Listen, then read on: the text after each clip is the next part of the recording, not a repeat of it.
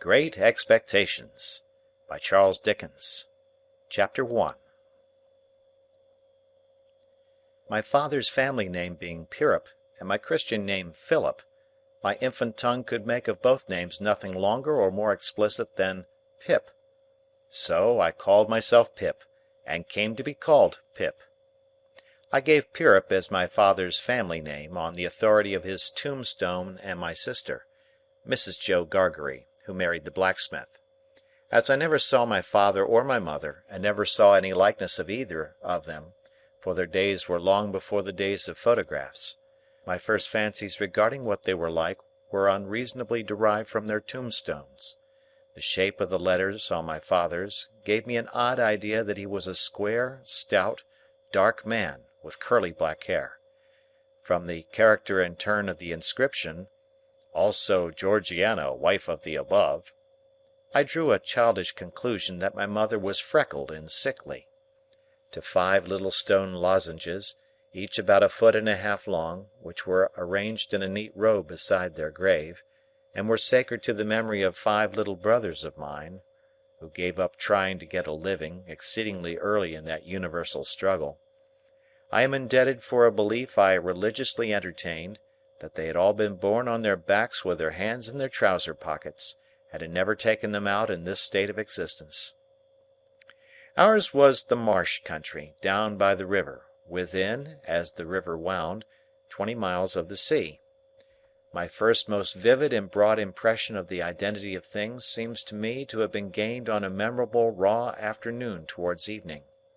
At such a time I found out for certain that this bleak place overgrown with nettles was the churchyard, and that Philip Pirrip, late of this parish, and also Georgiana, wife of the above, were dead and buried, and that Alexander, Bartholomew, Abraham, Tobias, and Roger, infant children of the aforesaid, were also dead and buried, and that the dark flat wilderness beyond the churchyard, intersected with dikes and mounds and gates, with scattered cattle feeding on it, was the marshes, and that the low leaden line beyond was the river, and that the distant savage lair from which the wind was rushing was the sea, and that the small bundle of shivers growing afraid of it all and beginning to cry was Pip.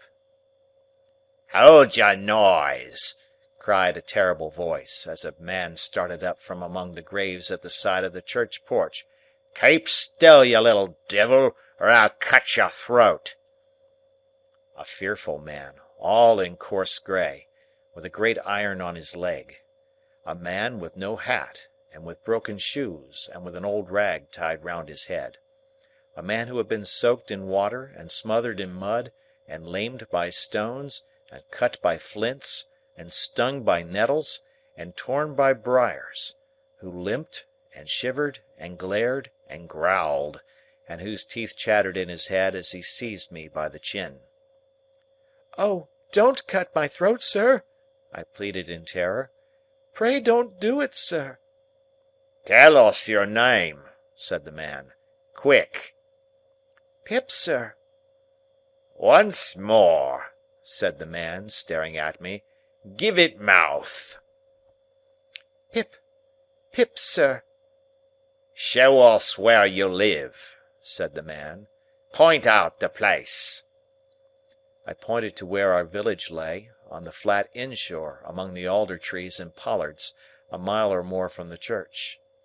The man, after looking at me for a moment, turned me upside down, and emptied my pockets. There was nothing in them but a piece of bread. When the church came to itself, for he was so sudden and strong that he made it go head over heels before me, and I saw the steeple under my feet. When the church came to itself, I say, I was seated on a high tombstone, trembling while he ate the bread ravenously. "You young dog," said the man, licking his lips, "what fat cheeks you ha' got!" I believe they were fat, although I was at that time undersized for my years, and not strong. "Darn me if I couldn't eat 'em," said the man, with a threatening shake of his head, "and if I haven't half a mind to it." I earnestly expressed my hope that he wouldn't, and held tighter to the tombstone on which he had put me, partly to keep myself upon it, partly to keep myself from crying. "Now look'ee here," said the man. "Where's your mother?" "There, sir," said I. He started, made a short run, and stopped and looked over his shoulder. "There, sir," I timidly explained. "Also Georgiana. That's my mother." "Oh!" said he, coming back. "And is that your father along o' your mother?" "Yes, sir," said I. "Him too, late of this parish." "Ha!" he muttered then, considering. "Who do you live with? Supposing you're kindly let to live, which I hadn't made up my mind about." "My sister, sir. Mrs. Joe Gargery. Wife of Joe Gargery, the blacksmith, sir." "Blacksmith, eh?" said he, and he looked down at his leg. After darkly looking at his leg and me several times, he came closer to my tombstone, took me by both arms, and tilted me back as far as he could hold me, so that his eyes looked most powerfully down into mine, and mine looked most helplessly up into his. "Now look'ee here," he said. "The question being whether you're to be let to live. You know what a file is?" "Yes, sir." "And you know what wittles is?" "Yes, sir." After each question, he tilted me over a little more, so as to give me a greater sense of helplessness and danger. "You get me a file." He tilted me again. "And you get me wittles." He tilted me again. "You bring 'em both to me." He tilted me again. "Or I'll have your 'art and liver out." He tilted me again. I was dreadfully frightened, and so giddy that I clung to him with both hands, and said, "If you would kindly please to let me keep upright, sir, perhaps I shouldn't be sick, and perhaps I could attend more." He gave me a most tremendous dip and roll, so that the church jumped over its own weathercock. Then, he held me by the arms in an upright position on the top of the stone, and went on in these fearful terms. "You bring me, to-morrow morning early, that file and them wittles. You bring the lot to me, at that old battery over yonder. You do it, and you never dare to say a word, or dare to make a sign concerning your having seen such a person as me, or any person soever, and you shall be let to live. You fail, or you go from my words in any particular, no matter how small it is, and your heart and your liver shall be tore out, roasted, and ate. Now, I ain't alone, as you may think I am.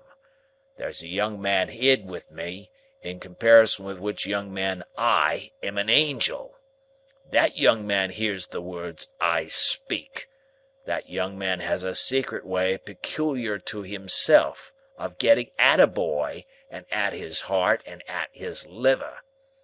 It is in vain for a boy to attempt to hide himself from that young man. A boy may lock his door, may be warm in bed, may tuck hisself up, may draw the clothes over his head, may think himself comfortable and safe, but that young man will softly creep his way to him, and tear him open. I am a keeping that young man from harming of you at the present moment, with great difficulty. I find it very hard to hold that young man off of your inside. Now, what do you say?" I said I would get him the file, and I would get him what broken bits of food I could, and would come to him at the battery early in the morning. "Say Lord strike you dead if you don't," said the man. I said so, and he took me down. "Now," he pursued, "you remember what you've undertook, and you remember that young man, and you get home." Good night, sir," I faltered. "Much of that," said he, glancing about him over the cold wet flat. "I wish I was a frog, or a eel." At the same time he hugged his shuddering body in both his arms, clasping himself as if to hold himself together, and limped towards the low church wall. As I saw him go, picking his way among the nettles, and among the brambles that bound the green mounds, he looked in my young eyes as if he were eluding the hands of the dead people, stretching up cautiously out of their graves to get a twist upon his ankle and pull him in. When he came to the low church wall, he got over it, like a man whose legs were numbed and stiff, and then turned round to look for me. When I saw him turning, I set my face towards home, and made the best use of my legs. But presently I looked over my shoulder, and saw him going on again towards the river, still hugging himself in both arms, and picking his way with his sore feet among the great stones dropped into the marshes here and there, for stepping places when the rains were heavy or the tide was in. The marshes were just a long black horizontal line then, as I stopped to look after him, and the river was just another horizontal line, not nearly so broad nor yet so black, and the sky was just a row of long angry red lines and dense black lines intermixed.